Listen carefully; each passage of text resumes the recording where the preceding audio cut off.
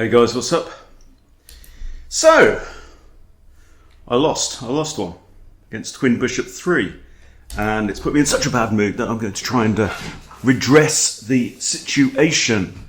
Yeah, I had a bit of a mishap involving half a bottle of whiskey last night, and so it wasn't my sharpest, and I've lost, 7 rating points, which puts us back a step. I am uploading, so it's taking a wee while to, absolute dog of a game. Not good, not a good game. Not a good game, Precious, at all. So, I think we're going to go on the offensive now. Really offensive, not merely profane. Okay, we're facing a d4 opening. Well, if we're going on the offensive, it's got to be the Charlie, right? It's got to be the Charlie. Okay. The Hartlaub. Oh, it's Hartlaub, not Hautlaub. I've been saying Hautlaub for this time. It's Hartlaub. Hartlaub Charlie Gambit. Okay, opponent is Saniel David RC from the Philippines, rated 1383. Okay, out comes the knight. This is all normal. Very typical. You see the same moves over and over again from white. Not always. I mean, sometimes you'll get like bishop g5 hitting the queen. Sometimes you'll get knight out. Sometimes it's c3, sometimes it's e4. Doesn't really matter. We develop our bishop and pin the knight.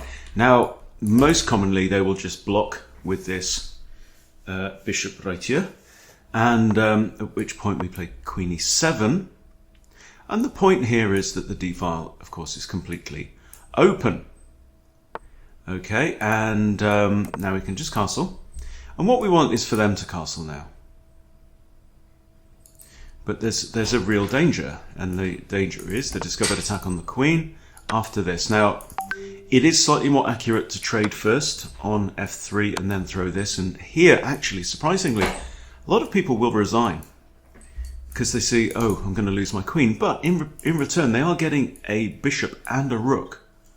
Okay, so they're only one material point behind. There we go, so they take.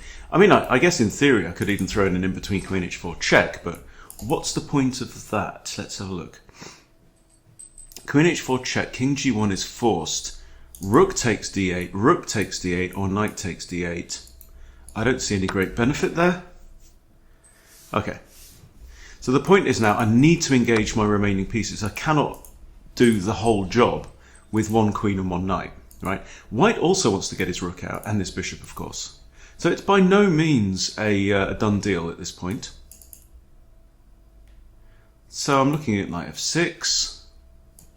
Could walk into this, that's absolutely fine. I mean, I could throw my queen in here. And king g1 defends this pawn, yeah? The queen's also attacking the pawn on e4, which is defended by this bishop. I could even maybe think about coming in, maybe not there. That also hits this pawn. But, oh, he's resigned. Was he a good sport? Of course he was. Right, let's do another one. More aggression, please. Oh, I got 8 points for that, did I? Okay, so we've atoned for this this morning's hungover slip up. Don't watch the video, it's awful. I mean, it actually felt like a really good game. I enjoyed it. Okay, if we're going balls out aggression, then it's got to be the Danish. Speaking of Danish, I've just ate 4 croissants, which of course are French, but there's still pastry now. Pastry is the connection. Right, and I've got, this is pot of coffee number 3 for the day. Takes 2 just to take the edge off half a bottle of scotch, doesn't it? And we watched the Elvis movie. Well, we watched 99% of the Elvis movie, which actually went to bed right at the end because we were both so tired. Having been out on Friday and had huge lungfuls of air at the beach, our opponent has now taken over 30 seconds to decide how to respond to this. Oh, whoa. Now, this is unusual to say the least. Now, clearly, the danger is this. It's a wayward queen style attack. What you absolutely don't want to do is push g3 to say, oi, queenie out of there, because you get queen takes e4, forking king and rook. So that is absolutely terrible. Knight f3 is kind of similar. It hits the queen, but then you get queen takes e4 check as well, right? Now there you do have bishop e2, but then also you've got two attackers on here. So really what you have to do in these situations is simply defend e4. And I've got a couple of ways of doing that. Bishop d3 is a thought, leaves that pawn without any defenders. But I'd probably think knight c3. After knight c3, we could well have bishop b4 to pin the knight, at which point I might choose to lift my queen up, which is absolutely fine. Okay, so I'm kind of anticipating this. Probably queen d3, and if takes, my queen defends e4, my king defends f2, and we're all tickety-boo. Now, we have to consider knight f3. But if knight f3, a bit like in the Steinitz Scotch, queen can just take this pawn because the knight is actually in an absolute pin, and so he's not defending the pawn. Okay, so I'm going to play, I think, queen up here. I don't think I see any benefit in queen f3 unless we're going to play like bishop c4 and target f7. Because the knight very likely wants to come there with tempo. Yeah, so I think queen d3. Queen takes that, loses the queen. Here, we just trade off.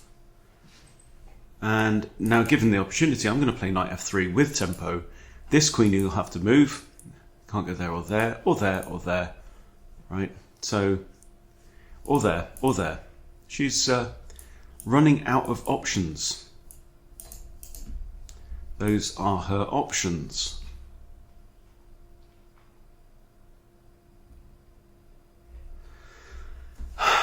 Welcome to the grudge match corner.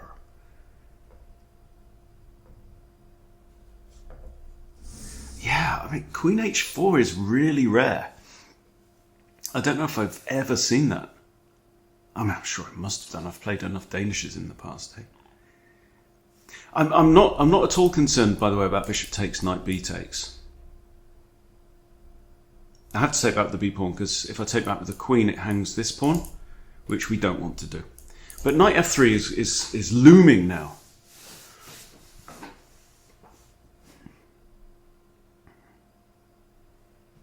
Yes, I played an interesting line in the Vienna where you play the move g3 on the third move. So pretty much whatever they do, and it's not a million miles from this situation, you know. So knight comes out, g3. You normally fianchetto this bishop. Quite often you push h2 and play h3, put the king on h2 as well, which is an interesting idea that keeps raising its head. And Sanjeev Gita is taking all day over his moves here. Come on, Sanjeev. Shake a leg, son. Quite like the idea of knight f3 and bishop here. Could be a plan, you know. We shall see. Don't make me pour my coffee. Okay, there we go. So we talked about this. So now we've got quite actually a typical Vienna-y situation, right? Like very often in the Paulson attack, when they've captured this pawn, they'll end up trading knights. Okay, now let us review. Right now we have doubled isolated c pawns and an isolated a pawn. So the natural move that's shrieking out to be played is c takes d4. However, we do have a potential in-between idea, which is knight f3. Knight f3 develops the knight. This pawn is still defended by the king. So knight f3 develops the knight. The queen might come back up to here, but that means it stands for nothing because I take with the pawn anyway. So if here, then what we're doing is we're putting the ball in black's court, right? What are they going to do? So if you think about it, I take, black gets a move. Right? They might move the queen, they might develop. Here, I know the queen is moving. I know she's moving. I know there's a load of places she can't go. Yeah? So she's going to have to make up her little mind at some point. And we've already established that these are the options. And then I can simply take the pawn. I get a nice big centre. I'm ready to develop my bishop, probably short castle, and go on about my business. And with that in mind, let's get some caffeine going on. Don't drink alcohol, kids, it's bad for you. No real rugby on tonight. I think the Springboks are playing Tonga or something like that, but I don't really fancy that. Might finish the Elvis movie.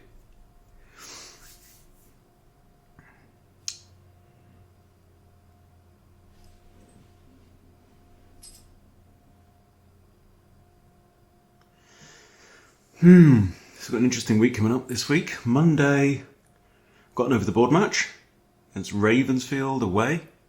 That'll be fun. Not played over the board in several weeks. Now, Tuesday, I'm off to Buxton. So if anyone's in the middle of England, like Peak District area, Stockport, whatever, and if you are interested in the alternative, then we're doing a presentation on the food conspiracy on Tuesday in Buxton. Message me for details. I actually have another tempo move here. I can play bishop g5, hitting Her Majesty yet again. Or I can just take the pawn. So based on the same logic as before, bishop g5 just again gives this lady more problems, right? She can't go there, she can't go there, she can't go there. So she's probably going to end up over here somewhere, yeah? And I'm going to do it. The only issue is, what if she comes here? That's two attackers on here, but then I'm taking, aren't I? Okay, sold. Sold to the angry man with too much coffee. Be afraid. I also have knight takes, potentially. That is a thought. But I think that from a positional point of view, having these two pawns in the centre looks very splendid indeed. And what we're doing now is we're making black eat his words. So you do not throw your queen out in the board. So an anti-Danish wayward queen. See what? Okay. Now I can simply take here. There's no more attacks on the queen. Okay. So I think we simply take there, and we go on about our day. Now I'm going to want to develop my bishop and castle. If here he does have that, but then I think just c3, and happy days, you know. I can even drop the bishop back, for goodness sake, and tell the queen to do one. Oi, queen, out of it.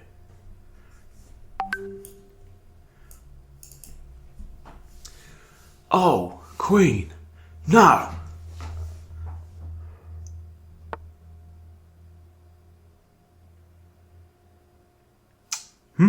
Okay, so finally, this is move 8. Black tries to develop another minor piece. He did bring a bishop out into the board once. You remember that? And that bishop is now no more. So the knight looks at d4, but that's okay because I've got two defenders, right? So I'm thinking simply bishop e7, castles, and then after castles, you see, we can have connected rooks. So then I've got, I could play rook a b1, hit the queen one more time, to quote a popular song.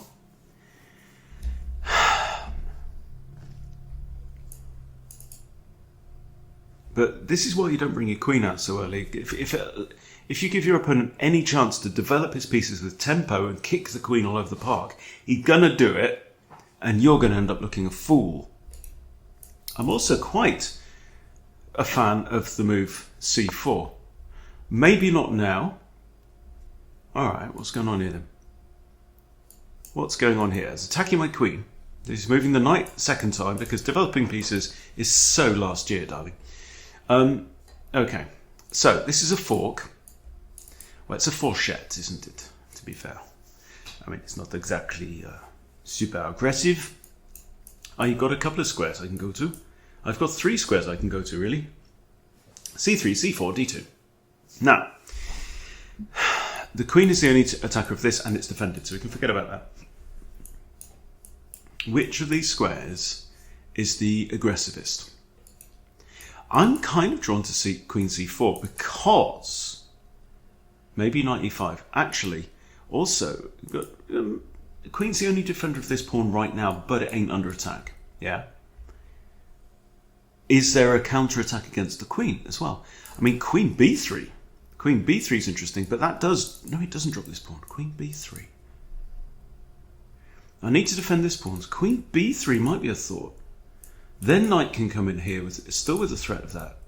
So, 2 ideas. Or there's the dark squares. I don't know about the dark squares. I'm not so much in love with that idea. But this looks alright, you know.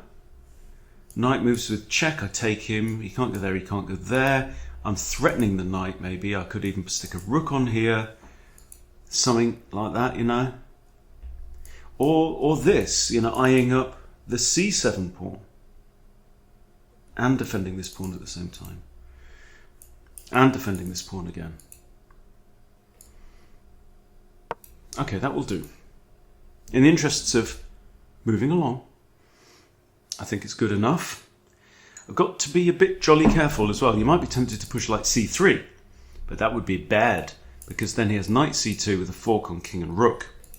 Not good at all. Right now the queen defends that, but if I was to move the pawn forward, this would actually be a step backwards, wouldn't it? So what we want to do now is we want to get the king out of harm's way, get the rook on F1, so opposite colours, there's no risk of a knight fork. This is a kind of retrograde move, but you never know. But I like castles. I think castles is going to be my default next. Opponent's rated 1454, so no slouch. I mean, I've been 1450, probably not that long ago, on my regular account.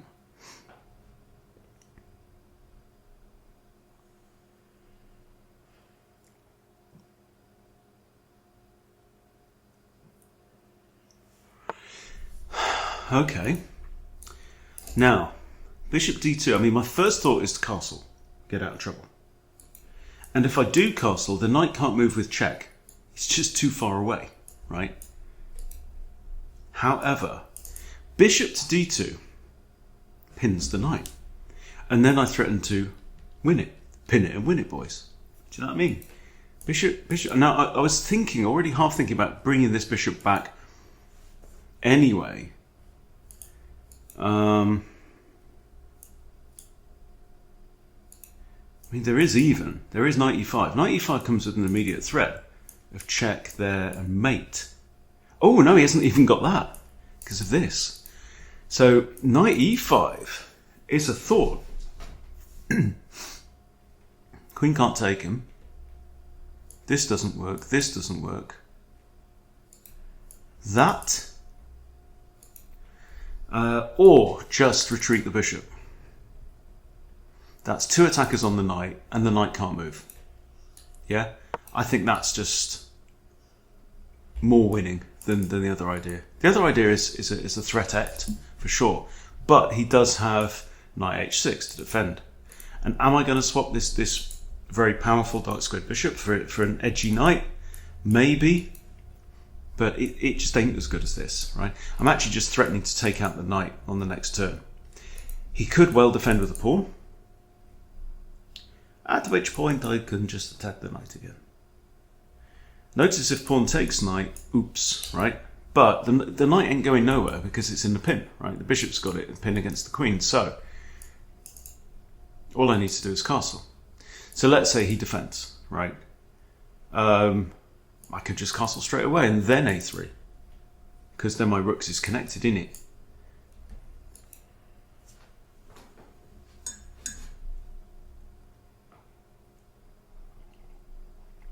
and I haven't liked black's position from like move 4. Neither does he. Right, up to 1383. Let's have a quick look at that one because I'm quite interested how to deal with this queen idea next time. So I'll just hit game review here. Accuracy wise, I think that was pretty good. I mean, if I got an 80 plus accuracy, I think that would be fair. And I think that black just played strategically just a very bad game. 88-8, wicked, right? And barely. Okay, I had one miss. Did you spot it? I didn't. Okay, so actually this is move 2. Move 2, he brings out the queen. Instant mistake, plus 1.35 for white. And that was my miss. Defending the pawn.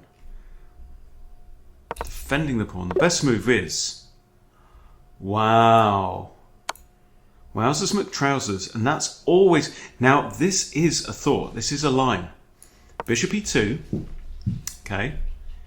And we've given up a pawn. Queen can't take here because knight defends. Okay. So, yeah, knight c6 looks fair. d5 then. Or knight c3. Knight c3 hits the queen. Now, that's really interesting. And I think that's all we really need to look at in this. So if I go to... Yeah, let's go to Explorer. I'll do it on the Explorer rather than the analysis board. Okay, now in the Wayward Queen attack, for example, I'm gonna flip the board over. Wayward Queen attack, okay? So this is not what we just had, but we had like the mirror image because it was black that played out the queen after I'd played. So the difference is I've got 2 central pawns, right? The Wayward Queen attack, now the normal move is knight c6. I'll get to my games as black. I don't know how many Wayward Queens I've... Oh no. Let's put in my username. It's not logged in as just bootcamp. Okay. So you can see here I faced this a bunch of times. It says knight c6, okay, is the standard move because you defend the pawn. But then look, knight f6 here. Knight f6 I've played 7 times and I've won 5 of them. Knight f6 and you're thinking, what is this nonsense? Queen takes e5, right? Always. Okay, and this is the kiddie counter gambit. You can play queen e7, you can play bishop e7, right? It's all good. Okay, and this is the point. This is the exact same pattern. The only difference is that the tables are turned and white has an extra pawn out in the middle, I believe. Yeah. So coming back to here,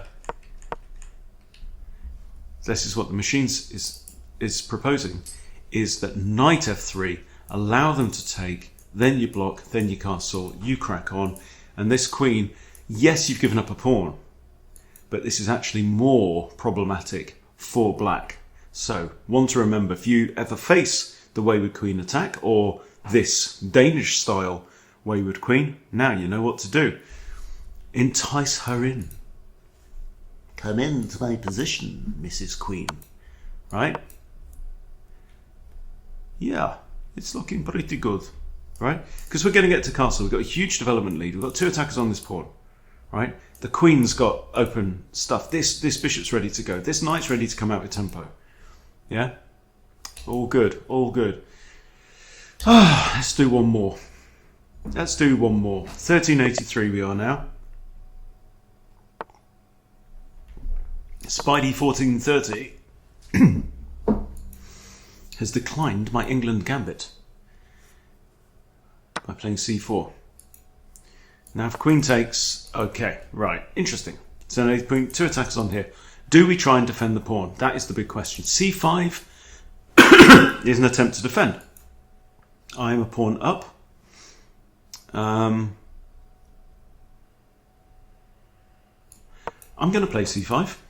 I don't see an issue. I think this is a nice pawn. it's up in my opponent's face already. And I'm going to try and prove that White's attempt at being clever ain't that clever. That's what I'm going to try and prove. I actually have d5 as well, potentially. Takes, queen takes. Knight can't come out to its natural square on c6. I think this pawn, from a positional perspective, is worth trying to hang on to. Okay, he's giving it another go. And that's now 3 attackers. But because attacker number 1 is a pawn, do I eradicate it? If I eradicate it, I'm going to get a bishop on e3. That's got eyes on there, it's defended. If I let him take, though, take, he takes again. He gets both my pawns. If I play knight out here, pawn takes, knight takes, queen takes. So what do we do? Do we simplify down?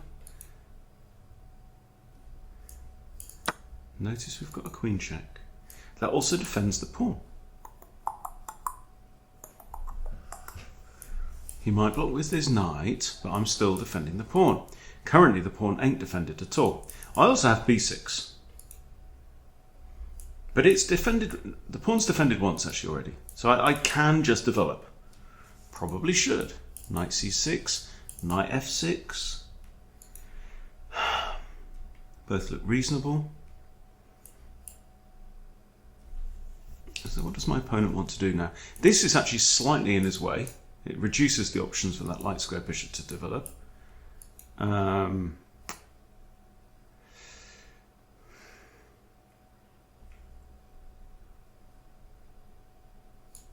bring out this knight.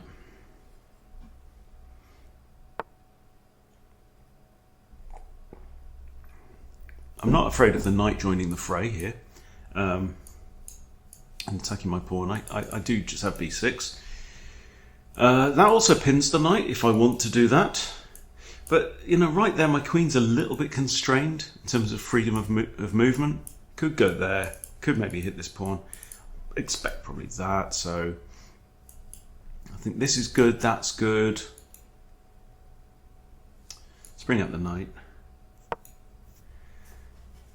I'm actually up a pawn. My opponent has no d or e pawns. Okay, prepares to castle. I think we should probably do the same.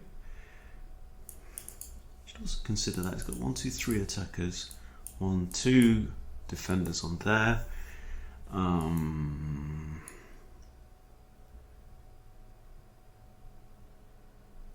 That doesn't work because obviously queen just takes the bishop, so yeah, I'm going to do the same. We're probably both going to castle. Thinking then d6 and b6. Tapped once, defended once, all good. b6 is interesting because it also opens up this for my bishop, targeting this pawn, which is defended by his light square bishop, which is a little bit poor. Okay, so major imbalance. Well, it's not major imbalance. I have a d pawn, he doesn't. That's kind of it right now.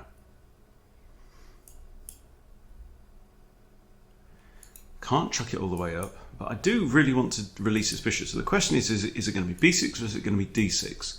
b6 is perfectly natural because it solidifies these pawns here, and I might then hold the d pawn back for a possible d5 later on. So yeah, I think b6.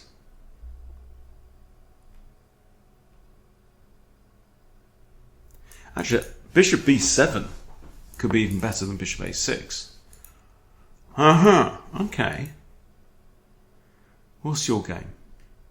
I don't think I'm too scared. I'm thinking still bishop e7. He takes here, takes, and he's got issues down queenside corner. He's not coming in here, and if he wants to take the bishop, fine, whatever. I'll take back with the queen. You've just thrown away a piece that's had 1, 2, 3 moves invested in it. There. Rook e8. Centralize this, chuck the pawn up the board, trade him off. I can get my pawn to d4, then super duper. And I have a nice looking bishop here. I'm liking this bishop. His light square bishop is not so good. His dark square bishop is not so good. And if I don't have a dark square bishop right now, I can put my pawns on dark squares and just make life harder for this guy as well. Aha. Right, now there's a potential here. If he miscalculates, I might have a boomerang. So if I take the knight, he really has to recapture. Then I get the bishop, don't I? Then he gets this. Let's have a think. Okay, I take knight. Pawn has to take. I get bishop. He could take here, I take back. He takes here, I take back. Does this pawn hang at the end of all that? That's the question. There. Takes. Well, let's take anyway. Okay, we knew this, right? Now I take, he takes me back. I take, defends the pawn. Okay? Or I do this. Or is there something better? Like just move the knight the hell out of the way.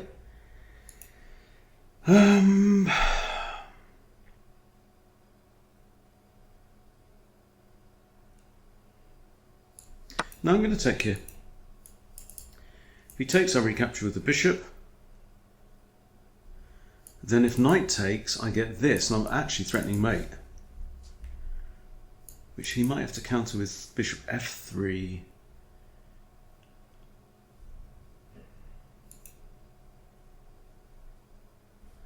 I say he.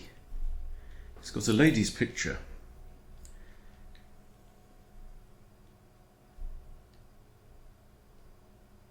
Spidey 1430 from India. I don't know if that's you at all. He's played 2 games already today and won both. Okay, so we have takes here. Now I do have the option of pawn takes, but why? I mean, that just imprisons my bishop, so I'm going to take with the bishop. Also defends this, also opens up this line. You know, it's got to be done. That's Mrs. H back from her mum's. Okay, you take here, I'm just going to recapture. This pawn is safe. I do now get to play d5 and d4, maybe. So all good there. Who sent me a notification? Why have I got a notification? Oh, I've got a message. Somebody sent me a message. Wonder what it says.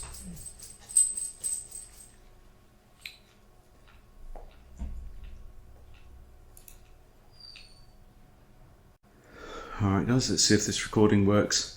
I just tried to pause it and it made the screen recorder hang. Now my opponent, after a serious think, has decided to play their bishop out to here. So notice I've just taken there. Okay. My first hunch is d5 is simply a tempo move, right? d5, but if they take and I take and they take and I take, my queen actually still defends the bishop. This is also a tempo move because I'm attacking b2 and the rook on a1. So I quite like that too. And then this, yeah? So here, what's he going to do? He can't do that actually because he loses the rook. So let's drop the bishop back first. Still definitely got ideas of d5. Bishop can't go there. Could go to here. That's out. So I think d5 looks quite good.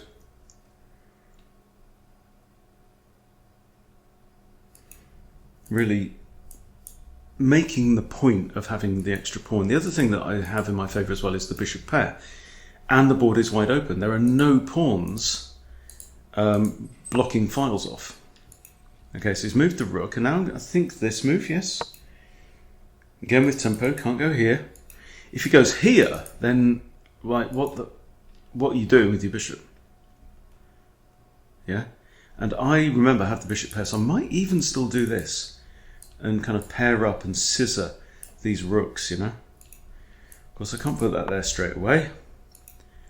And he comes all the way back to f2. That's an interesting move, but it's very passive. Trying to defend here. So what we're going to do, I could lift my queen, connect the rooks. Looks fine to me. Question is, where does the queen want to go? I'm going to push this at some point, especially if the queen undefends the knight. If the queen abandons the defense of the knight, this becomes very interesting with the idea of maybe threatening that. My queen may want to come onto the g file also at some point. So with that in mind, maybe queen d7 is the way to go. Idea of coming into this square, putting on extra pressure. Now, you know, what we could do here is strategically just try and simplify down to an end game where I've got an extra pawn and I've got the bishop pair against the bishop and the knight. And that favours black. On the other hand, as we saw in my earlier loss game this morning that I played, my end games aren't brilliant. I actually had, I think, a small advantage in the end game. Well, I did. I was up a pawn. Ended up losing.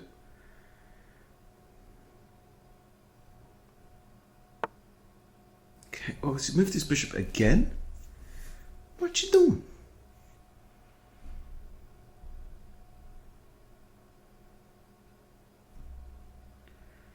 Okay. Definitely don't want to push c4. This is nonsensical. I don't know. I think rook ad1, rook fe8, sorry. These both make sense. Are you thinking of this kind of nonsense? Are you really? Do I just throw my queen up here now? I mean, she's not doing a fat lot where she is.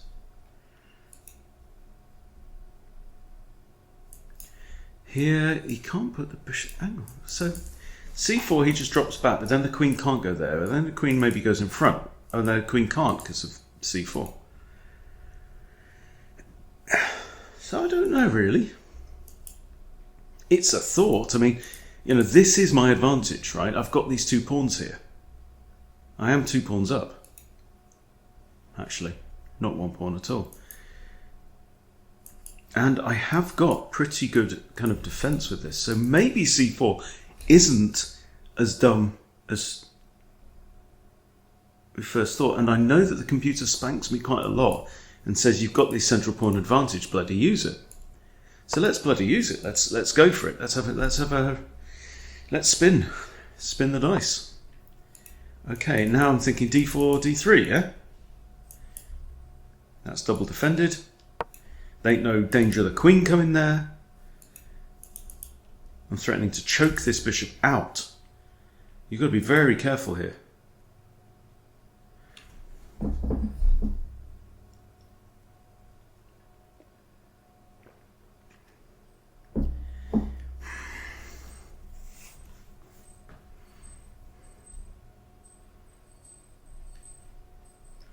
See, ooh, okay. Yeah. He's nervy, isn't he? He's nervy, the boy. Now, what you trying to do? I take here, rook takes. Then you have 3 attackers on there. So it's knight first, blah, blah, blah. Not interested in that. Don't like that at all.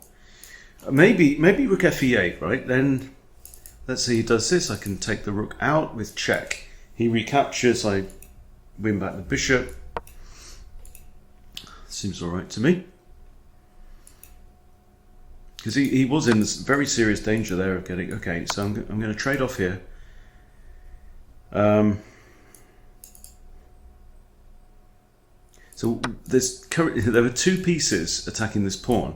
One of them had to recapture there, right? So now I get in this, yes. Now I no longer have the bishop pair. Might need to play king f8. But the general idea again is to use these pawns to maximum effect.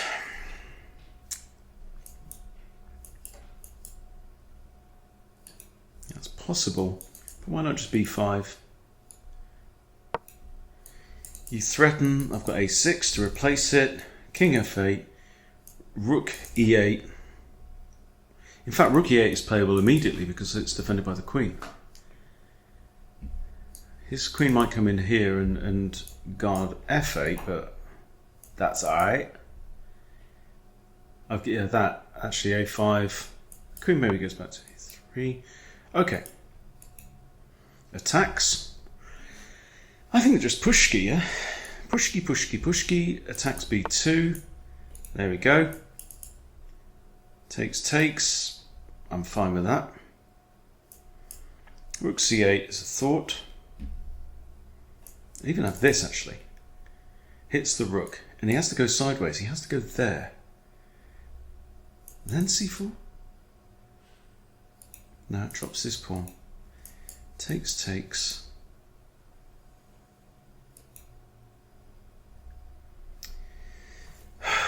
Okay, so I think it's time to engage the rook.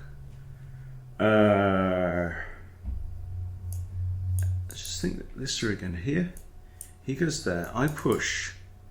Queen takes pawn. I push again.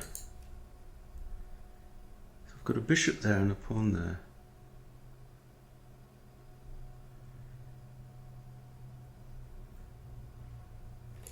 I don't know, it might work.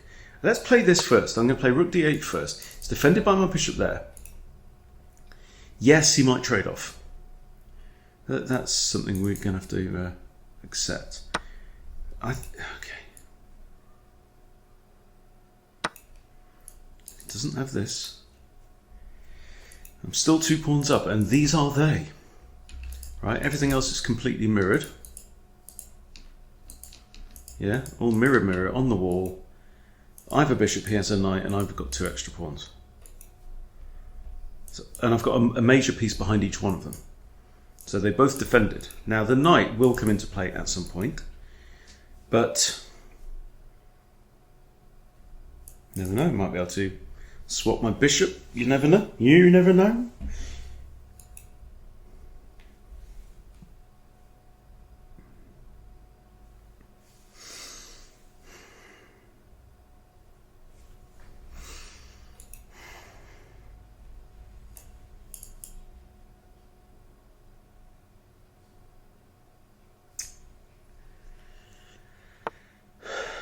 Ooh. And doesn't defend the knight. That move doesn't defend the knight, undefends the knight. That is a thought. There, queen takes, still defends the knight. How about this move, this idea now? He can't stay there, right? So he has to go here. That defends the bishop, no, it doesn't undefend the pawn at all. This. I love it. I like the idea. Rook here, that defends the bishop. Threatening to fork queen and rook. Queen can't take this pawn because it's now defended by my rook. Okay? Don't forget to bring your rooks into the game before you start attacking stuff, yeah? They can be jolly helpful. This c2 now kind of gives up the bishop I win the queen back in the game. And the knight. So that's unthinkable. So what are you going to do? The rook can't actually get out at all. So he's going to have to move the queen. And where's he going to move the queen to? I think like queen here, with the idea of rook there. Really? Oh no, the queen has to defend the knight that's under attack. Man! I'm glad I'm not you. Right. Fascinating. So the question is where to put the queen. Queen c7, say for example, start for 10, hits the knight. Knight takes here, it pins itself. This also attacks the knight, and that is out of the question. There is a bit of lag on this browser, but I've played queen d6 anyway. Okay. This pawn is defended by the queen. That sucks.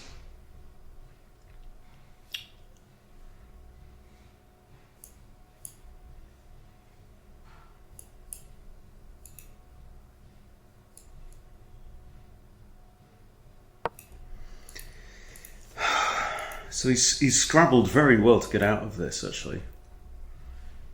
Notice my rook's undefended. So if queen takes rook, it's straight up mate.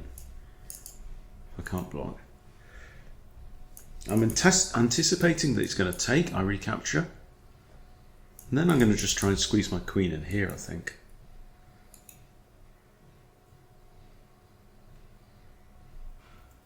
But he's still in a full pretzel. I never even thought about going after that pawn. Still, actually, that move is devastating anyway. Even if knight were to take here, you could even forego recapturing the knight and just go after this. And then queen has to move. Then I win the rook and promote. Okay, so he's took with the rook. He's took with the rook.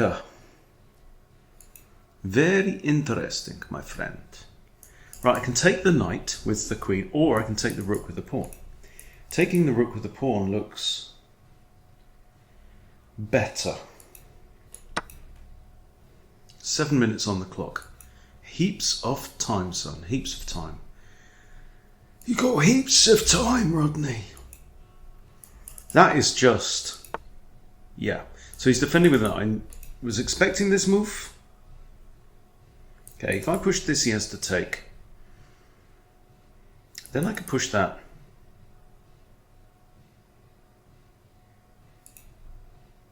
Or do I just now try this idea?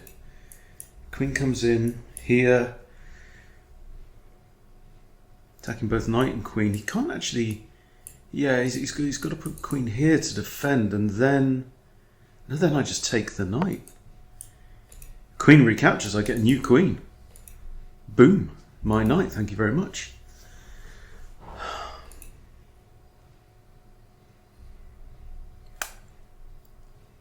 Yeah. 3 pretty good games, huh?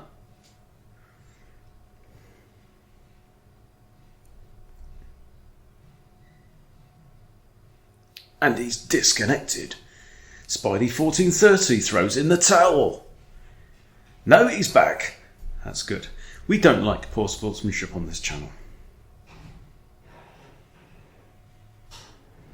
Yes, I know we do an illegal speedrun every now and again. But that's not the same thing. Everyone has a sporting chance. You know, sometimes I lose stuff. Alrighty then. Now, I promote. Queen just takes. I think it might be time for this anyway. Yes? What's he got? I'm threatening just to take your queen, son. Yeah? And if you take me, I take. Then I've got rook here. Then I promote, force your knight off the board. I finish the game with a rook, and you haven't got one. I'm going to win this pawn, and I'm going to win. And Andy wins. If Barry hasn't already won, or Dave. So.